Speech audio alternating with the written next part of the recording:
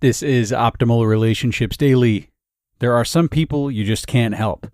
By Anya Light with tinybuddha.com. Hello, everybody. Greg Audino here, your host and narrator of the show. Thanks a lot for stopping in once again and making an effort to improve the relationships in your life. And for many, that means knowing when we can and can't help people. Surely this need to be of service can be a big struggle for many people. And today we hope that this article can help to alleviate some of that pressure. So let's get right to the reading now and optimize your life. There are some people you just can't help. By Anya Light with tinybuddha.com. Quote, be there, be open, be honest, be kind, be willing to listen, understand, accept, support, and forgive. This is what it means to love. That's by Lori Deshane. A few months ago, I was totally freaked out. I was having a cup of tea with a soul sister friend, and we were in deep conversation. I was crying. I was explaining, between hiccuping sobs, about how there was someone in my life who was suffering deeply.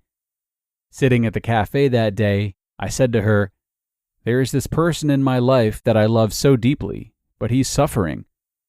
I told her about all the ways I was connected to this very special person, and told her about how I was committed to helping him. My friend was emphatically listening, and my story went on and on. He's so depressed. When I'm around him, I just suddenly feel so bad. I feel his pain. It's so deep. I've tried to share my wisdom with him to help him evolve out of his depressed rut, but he won't listen. I know he can make a change, but he just won't listen to me. It's like his ears are closed to me. What do I do? How can I help him? It was then that my dear friend replied in a way that I will never forget. She placed her hand on my shoulder and looked deeply into my eyes. We sat in silence for a moment. Finally, she spoke with such a gentle tone in her voice.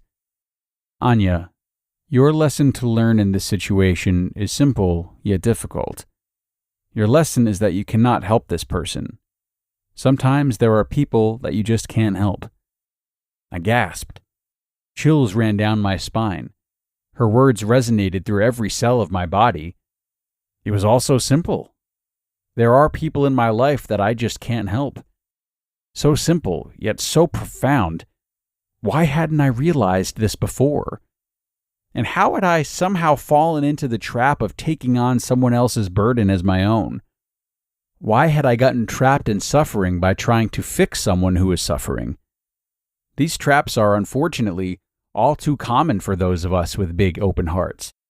They're quite common for those of us who are caregivers, lovers, amazing friends, healers, spiritual way showers, and all those who wish to use our lives in service to a higher good. Since that day at the cafe, I've been thinking a lot about my sweet friend's advice, and I've come to a few insights of my own. First, in order to be helped, a person must first ask for help. A person must make themselves available, vulnerable, open, and humble. And this is not easy. It's not easy to be open. It's not easy to say, "I don't know, please help me." Second, in order for you to help someone with your words, that person must first resonate with the kind of wisdom you have to share. As a matter of fact, my depressed friend has a totally different worldview than I do. So it's no wonder he wasn't open to my words of advice. There are 1,000 paths and 1,000 ways to interpret the world. My way may not be your way, and your way may not be your neighbor's way. We're often so different in our concepts and language for interpreting this mysterious thing called life. In short, for a person to want your help, that person must be somewhat already aligned to your philosophical and spiritual worldview. Further, in order for a person to receive your help, they also must present themselves to you in the most perfect, synchronistic moment. Indeed, they must be standing before you in the most precise, delicate moment, the moment just before the blossoming, just before the great change occurs. It can be as small as a split second of opening.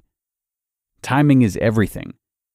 In that moment of perfect timing, they will be not only ready, but hungry for evolution, hungry for growth, hungry for truth, hungry for new ways of seeing the world beyond their limited old perspective. My dear friend who is suffering does not want to grow in the way I wish he would, consciously evolve out of suffering through spiritual practice. At least not at this time. He's suffering, and he does not even want to admit that he's suffering. He believes he can achieve no higher or better state in this lifetime. Once I realized that there are some people I just can't help, I felt a tremendous relief. A giant stone lifted from my heart, and I could suddenly breathe again. I realized that I had unwittingly taken on his suffering as my own, in a misguided attempt to figure out how to fix him.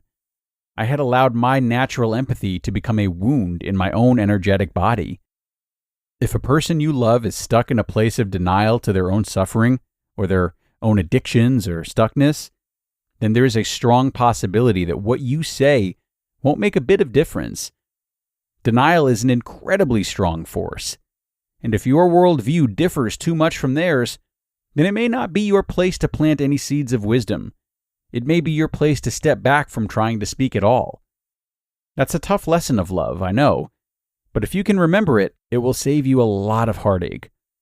Indeed, if someone is in denial to their own suffering, then that very denial may very well block them from truly hearing you speak. So what do we do in these kinds of situations? Can we take any action at all? The answer is yes. When we deeply love someone and we are invested in them, such as a lover, a friend, a child, or a business partner, what we can do is simply radiate love. When we are in their presence, we can be as light, happy, and conscious as possible. This light, this presence, this subtle vibration will subtly shift their energetic field, and though no words are spoken, they will feel a little bit more peace while they are near us, whether they consciously know it or not. And we can, of course, listen to them. When they need to talk, we can listen, and we can offer a hug or a gentle, reassuring smile.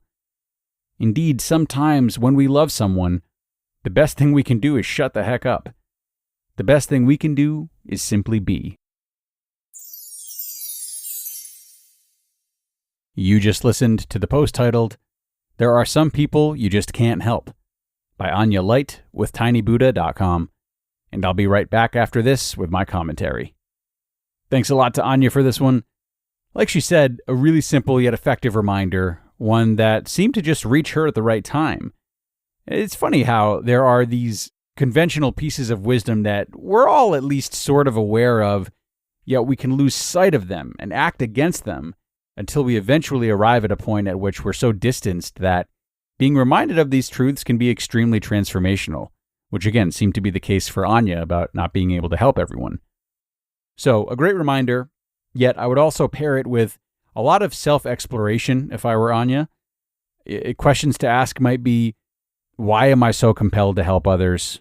What value do I feel I offer if I'm not helping others? Am I willing to let others help me?